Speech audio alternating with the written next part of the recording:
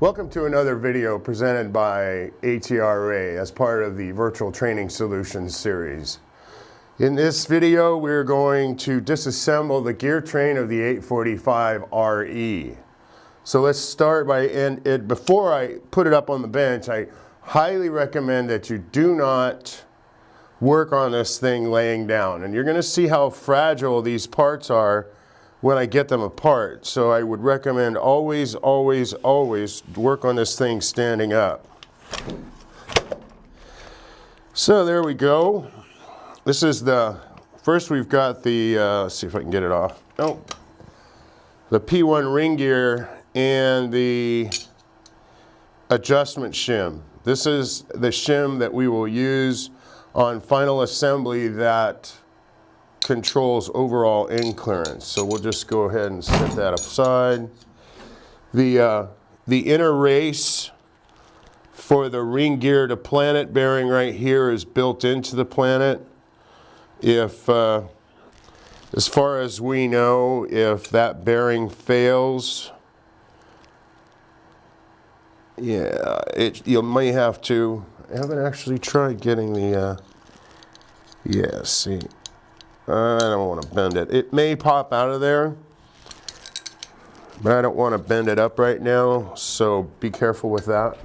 Just set that aside. Now we've got the bearing that separates the planet. The cup faces down. This plastic washer on the P1 planet stays with the planet, so we don't have to worry about that. Now we're going to take the snap ring out. We're going to take the retaining snap ring out. I think you might be able to see it here.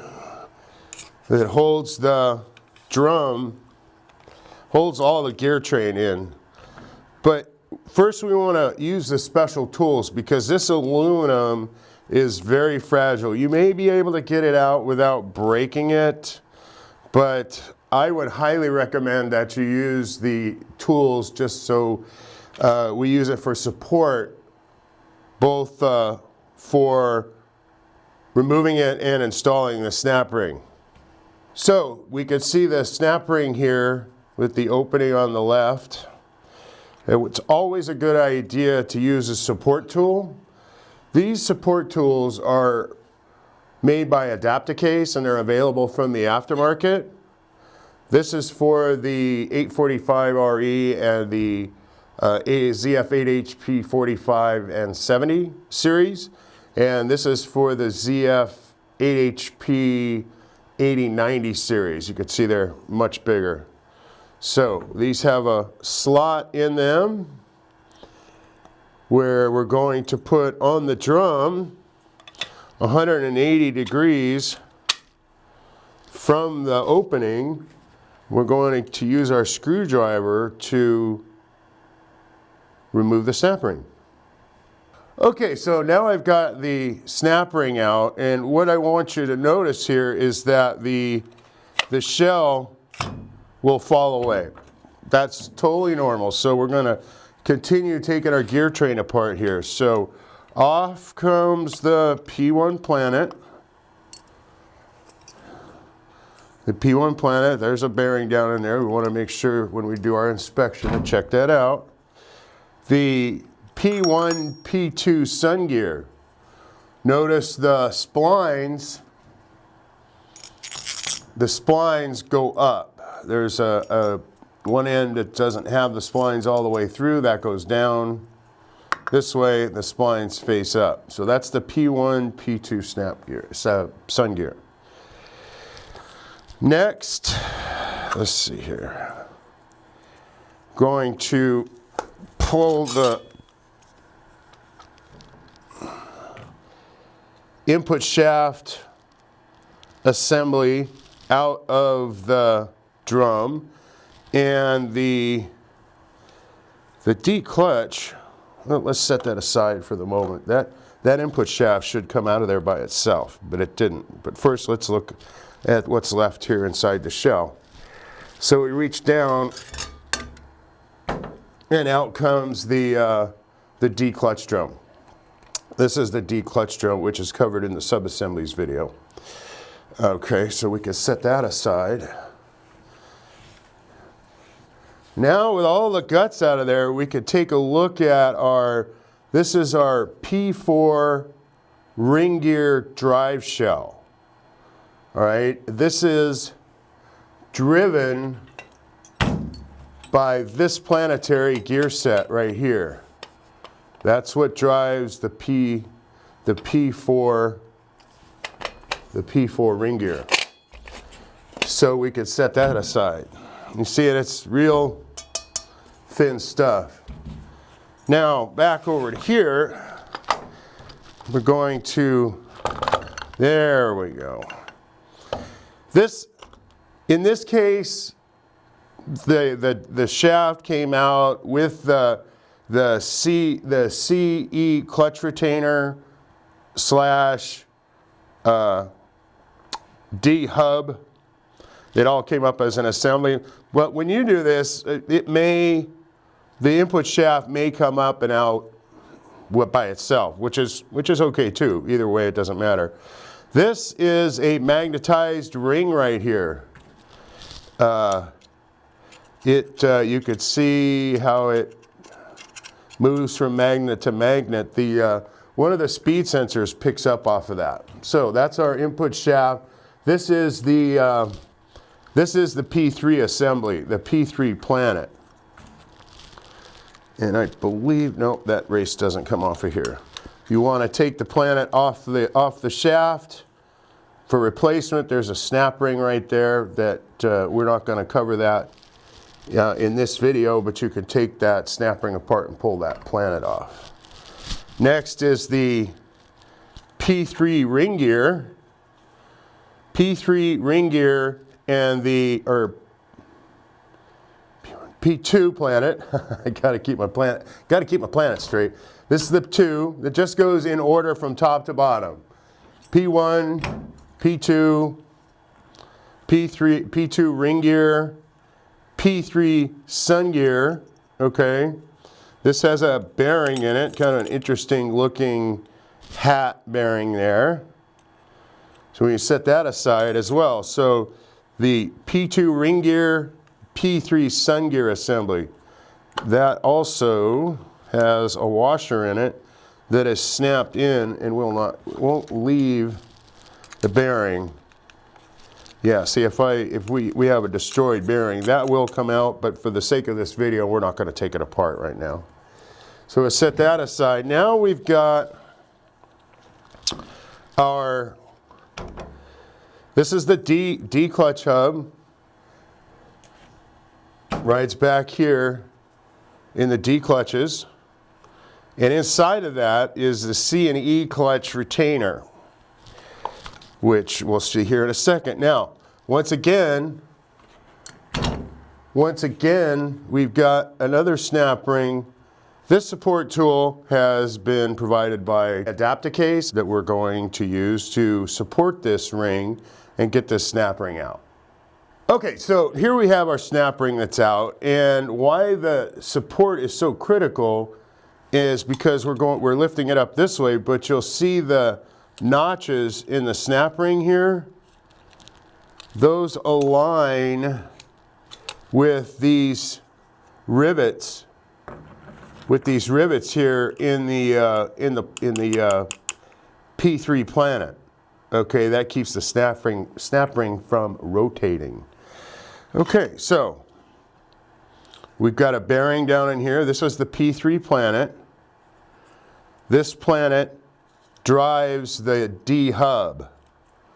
All right, we've got a thrust washer, a bearing race that's basically built into the Planet. So if that's worn out, we're going to change that out of here. We've got a bearing that comes out of the Planet. There we go. We want to set that aside. So this is our P3 Planet. Now, up and out comes the DE clutch retainer. Let's just set that over. And this is our D clutch hub. This this is splines into this, so that when the clutch is applied, these two are turning as one unit, which is driven by this planet. So that's how the planet, how the D clutch is, this P4 planet, that's how the P4 planet is actually driven, okay? So we're going to set that aside and come over here to our C&E clutch retainer. This is the P4 sun gear. This drives the part of the P4 planetary gear set. So let's just put that on in through the hole in the bench here, pry the snap ring out. A little tricky because it's pretty far down in there. There we go. That's the top one. This is the P3 ring gear. Large space faces up. Then we have the bottom. So this is kind of interesting because there's a lot of stuff going on in here. There's 3 different methods to driving this gear, okay? There's the ring gear. This is the first method. This is spline in here, so this can drive it. So the P3 planet not only can drive the hub, the D clutch hub through here, but it can drive the sun shell through here as well. So let's we've got a bearing resting on top of the E clutch we want to take out. Now up and out comes the E clutch pack. Now it's very critical, and I really like to zoom in on these splines right here. These splines are a very high wear item. So, and they will shear off. And so you need to really pay attention to these splines right here. Okay, so this is the E clutch, which we will take a closer look at in the sub-assembly video. All right, now there is another, okay, so here we are looking down inside. So that was the E clutch goes in on top. Now we have the C clutch. We've got another small thrust bearing there. The cup side faces down towards the clutch. And then we're going to pick the drum up. This is the C clutch hub, C clutch drum, which we're going to, as I said, we're going to cover that in the sub-assembly, okay? So this is, I forgot, let's go back to the E clutch here for a second. So this E clutch is splined to the sun gear. That's the second method of driving the P4 shell. The third and final method is through the C clutch drum, which is splined to the input shaft. So when the C clutch is applied, the P4 sun gear is being driven at input shaft speed. So that's pretty cool. I like the way that's made there. So we've got 1, the ring gear, 2, the E clutch, and 3, the C clutch, which is going to drive the sun gear at 3 different speeds. That's all part of what gets this 8-speed combination out of these 4 planetary gear sets. So finally, down inside here, we have our last thrust bearing. And that's all there is to the P4 sun gear drive shell. And that concludes the disassembly of the 845 RE 8-speed Geartrain.